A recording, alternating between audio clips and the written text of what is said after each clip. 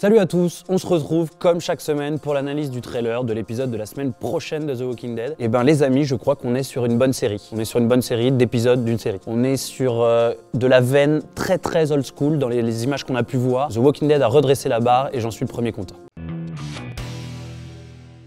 La première chose qu'on retire de ces quelques images qu'on a pu voir de l'épisode 11, c'est qu'on va être de retour dans un côté un peu plus survival. On sait que Daryl entraîne la joyeuse bande qui a fui Alexandria pour rejoindre la colline. Or il se trouve qu'il faut quand même passer à travers les filets de Negan et donc prendre des chemins qui sont plutôt dangereux. Et c'est là où intervient Dwight qui suggère une idée de passer par apparemment un marais que même les Saviors et les soldats de Negan essayent d'éviter parce qu'il est ô combien dangereux et qui regorge de walkers. Donc je pense qu'on va avoir le droit à un très bon moment, un peu survival, et on va revenir aux sources de la série qui sont vraiment l'affrontement entre les hommes qui essayent de survivre face à une horde de zombies, d'autant plus dans un milieu aquatique qui est quand même pas favorable à l'homme. Je pense qu'on va avoir un vrai bon moment, et c'est ça qu'on aime aussi dans Walking Dead, c'est quand ça revient à un affrontement entre l'homme qui essaye de survivre face aux hordes de walkers qui le menacent. Ce qui me permet d'enchaîner sur un autre truc qui a l'air de ressortir de ce trailer, c'est le rôle de Dwight dans tout ça. On sait que c'est Dwight qui souffle cette idée à Daryl et sa bande, qui leur dit « je pense qu'on peut passer par là, c'est peut-être même l'unique chemin pour ne pas se faire choper par Negan et ses hommes, c'est de passer par ce marais. » Sauf que ça questionne toute la position de Dwight désormais aux côtés de Rick et de sa bande. C'est un peu l'outsider, c'est le mec qui au départ était avec Negan, et donc il va y avoir une difficile acceptation, il va falloir pouvoir lui faire confiance,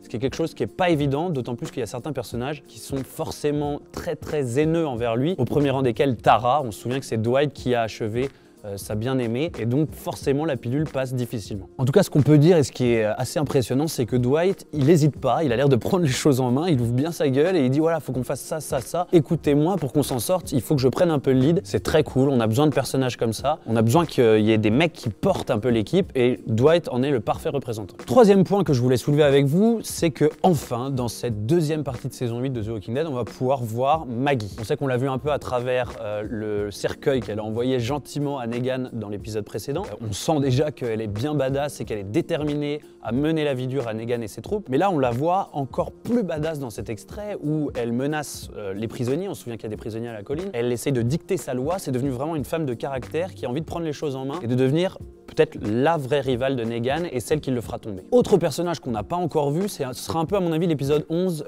l'épisode des personnages qu'on a un peu délaissés depuis la reprise de The Walking Dead. On va enfin voir Gabriel. Alors Gabriel, dans les images qu'on a vues, c'est assez marrant, il est vert, il est violet, je pense qu'il a le chikungunya, je sais pas ce qu'il a, mais il est toujours malade, mais il a réussi à s'échapper grâce à l'aide de Jen, et donc on le voit aussi un peu en mode survival, il essaye de rejoindre à tout prix Rick, Tara, Rosita, etc. Il faut qu'il rejoigne le bon côté du navire, parce que là, il est au bout du rouleau, honnêtement, j'ai jamais vu un mec en transe pareil. Et puis dans la section personnages qu'on n'a pas encore vu et qu'on brûle d'envie de voir, on a Eugène. Alors Eugène, là, j'ai l'impression qu'on va pas mal le voir, surtout qu'il monte les échelons, il prend des responsabilités. Negan le nomme carrément parmi ses lieutenants, il lui dit voilà, ça y est, t'as franchi un cap, maintenant je vais te confier un outpost et tu vas fabriquer ces balles dont tu m'as parlé. Donc vraiment, j'arrive pas à savoir, et ça je me l'explique toujours pas, si Negan a vraiment 100% confiance en Eugène, s'il est à fond dedans et s'il se doute de rien, ou si il prend toujours des mesures de précaution, mais Eugène grimpe les échelons, devient un jalon très important de